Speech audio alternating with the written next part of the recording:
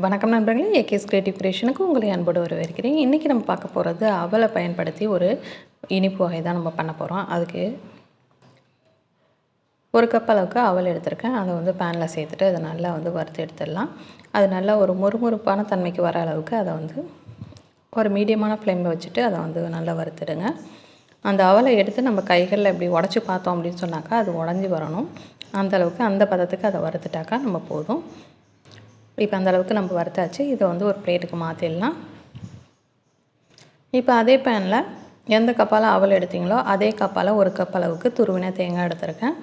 நீங்கள் துருவின தேங்காய் இல்லைன்னு டெசிகேட்டட் கோகோனட் இருக்குது அப்படின்னு சொன்னாலும் அதையும் பயன்படுத்திக்கலாம். இப்போ இந்த தேங்காயும் நம்ம ஓரளவுக்கு ஒரு பொன்னிறமாக வர அளவுக்கு வறுத்து எடுத்துக்கலாம். இப்போ ஒரு கப் அளவுக்கு ஜீனி எடுத்துகிட்டு கொஞ்சம் போல் தண்ணி சேர்த்துட்டு இதை நல்லா கலந்து விட்டுடுங்க. இப்போ நம்ம வறுத்து வச்சுருந்த அவலையும் தேங்காயும் 2 ஏலக்காய் சேர்த்துட்டு இதை போல் ஒரு கொரக்கொரப்பான ஒரு பதத்துக்கு, ரொம்ப ஃபைனாக தேவையில்லை, ஓரளவுக்கு கொரக்கொரப்பாக அரைச்சிடுங்க. இப்போ ஜீனியோட கொஞ்சமாக உப்பு சேர்த்துருங்க. அப்போ தான் இனிப்பு சுவையை அதிகப்படுத்தி தரும். இப்போ வந்து பாகு பார்த்திங்கன்னா ஒரு கம்பி அளவுக்கு வர அளவுக்கு இப்போ பாகு வந்து நம்ம ரெடி பண்ணிட்டோம். இதன் கூட நம்ம வறுத்து வச்சுருக்க பவுடர் பண்ணி வச்சுருக்கிற அந்த அவலையும் தேங்காயும் சேர்த்துட்டு நல்லா கலந்து விட்டுடுங்க.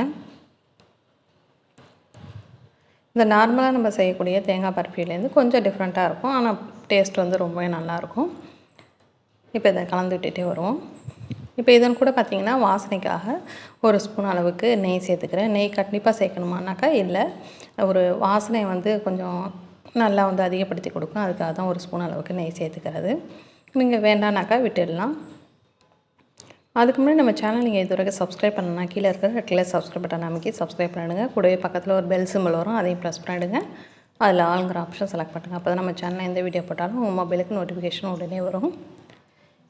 இப்போ ஒரு ட்ரேயில் எண்ணெயோ இல்லைனா நெய்யோ தடவிட்டு இப்போ எல்லா பொருளையும் நம்ம அந்த ட்ரேயில் வந்து மாற்றிடலாம். மாற்றிட்டு அதை நல்லா சமன்படுத்தி விட்டுடுங்க. நல்லா அழகாக வந்து நம்ம ப்ரெஸ் பண்ணி விட்டோம் அப்படின்னு சொன்னாக்கா பொறுமையாக ப்ரெஸ் பண்ணிங்கன்னா அழகாக வந்துடும். இப்போ தேவைப்பட்ட ஷேப்பில் நம்ம வந்து கட் பண்ணி அவ்வளோதான், பரிமாற வேண்டியது தான். இப்போ சூப்பரான நமக்கு பர்ஃபி வந்து ரெடி ஆகிட்டு. கண்டிப்பாக வீடியோ பிடிச்சிருக்காங்க. பிடிச்சிட்டு மறக்காமல் லைக் பண்ணுங்கள், ஷேர் பண்ணுங்கள், முக்கியமாக கமெண்ட் பண்ணுங்கள். வேறு ஒரு இன்ட்ரெஸ்டிங்கான வீடியோட உங்களை மீண்டும் சந்திக்கிறேன். வணக்கம்.